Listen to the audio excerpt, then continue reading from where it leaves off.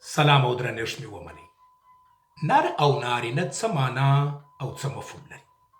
په ټولو ژوندي موجوداتو کې د نر جنس ده، یعنی په نباتات، حیوانان او انسانانو کې.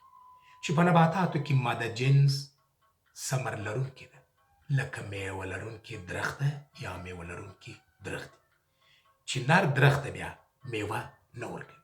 په حیوانانو کې هم نر جنس ده په ډېرې بخښنې سره، لکه نر سپی، نر خر او داسې نور.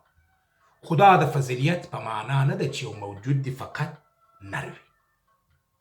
د نر تعریف: نر هغه جنس دی چې د خپلو غرایزو، هوس، عیاشي او ساتیرۍ لپاره په زور او غضب سره د مؤنث جنس څخه ګټه اخلي، او حتی د خپل دغه ځناور غوښتنې لپاره د مؤنث جنس سره د هیڅ ډول خیانت او تیرۍ څخه نه تیریږي، او تر خپل حیواني غوښتنې وروسته، یعنی شهوت تر خنثی کېدو وروسته، نور نه د مؤنث جنس په درد کار لري او نه یې هم غم او رنځ احساسوي.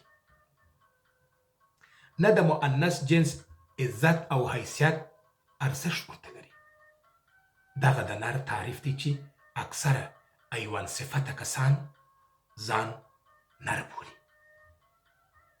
ښه مثال حیوانان دي چې خپل مؤنث جنس ته د شهوت د خنثی کېدو لپاره رجوع کوي، او تر غریزې تر خنثی کېدو وروسته نور نه د مؤنث جنس په درد او غم ځان خبروي او نه د مؤنث جنس په اولاد او ځان خبروي.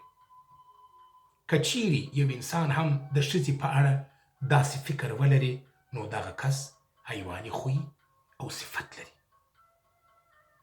نارینه یا مرد څه معنا او څه مفهوم لري؟